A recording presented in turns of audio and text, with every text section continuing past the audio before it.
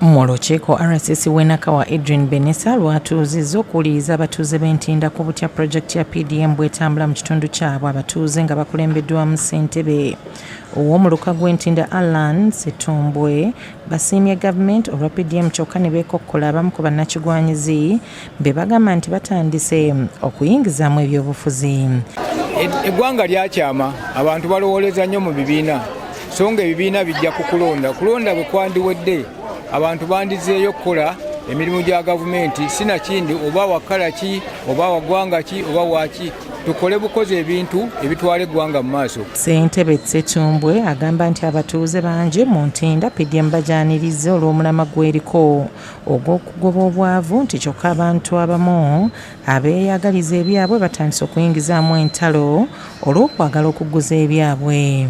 Emirimu gya kukola mirimu gya gavumenti na kutwala kitundu mu maaso, era abantu mbagamba kintu kimu kukolera ki mu luka gwaffe okutwala ebintu mu maaso. Naye waliwo abamu abavuganya bannaabwe mu buntu mu bifo by'obufuzi n'ebintu ebirala bifaanana bwe biti be baleeta obuzibu mu pulogulaamu za gavumenti ezimu. Abamu bannakyegwanyiza baba baagala okusuula omuntu wansi ng'ate kyakola abantu bakisiima bakikolera kati awo. Kubanga nze ndi ku kakiiko akakola supervision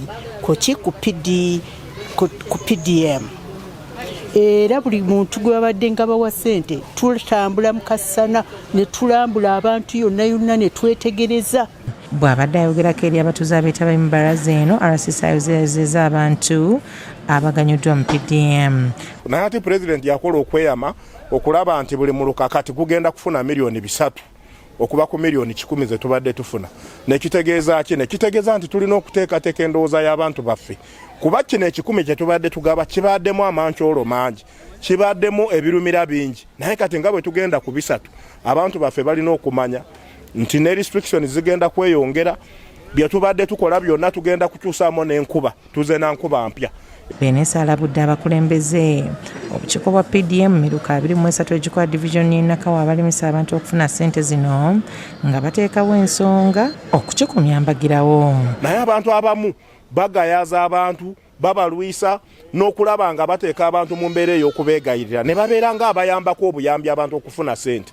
Njagadde kutegeeza abantu nti omuntu kasita abeera agwa mu kkowa eryo eryamufuna mpola ng'era yabeetingibwa n'abeera kiriyadde okufuna ssente za PDM, abo abakulembera obukiiko buno butali bumukumiruka abata kuyambe buyambi kuwa ssente buvunaanyizibwa bwe.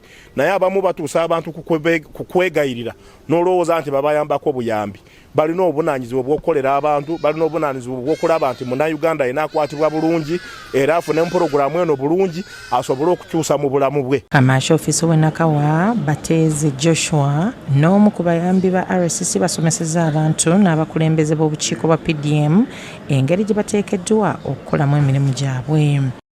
Engeri gy'ozikozesaamu ate oddemu ozisasula si kyekyo. Abakulembeze bannange mbadde mbasaba tubeere n'obwegendereza, tukole emirimu egyatutumibwa, ebintu ebitali bitukuba tukole ki biveemu si kyekyo. Omukwanaganya wa PDM mu Kampala Abbas Kibazo asinzidde mu bbalaza eno n'ajjukiza abantu abasooka okufuna ssente nti ekiseera kyabwe eky'okutandika okusasula ssente kyaggwaako n'abasaba okutandika okuzisasula. Abantu basooka ne bashuminga oba ne balowooza nti eno yali grant, ssente babuweebwa pulezidenti olw'okuba bamulonda ennyo oba bamwagala nnyo, ne beerabira nti eno teyali grant nti oba si kwebaza nti weebale kulonda bukulembeze buliko oba gavumenti eriko, wabula this is a revolving fund nti gwefuna ssente kozesa okozesazza ne munnaakole ki afuna obukadde 10 bwe tufuna mu buli mwaka mu buli musako, ssente ntono nnyo okusinziira ku bungi bw'abantu.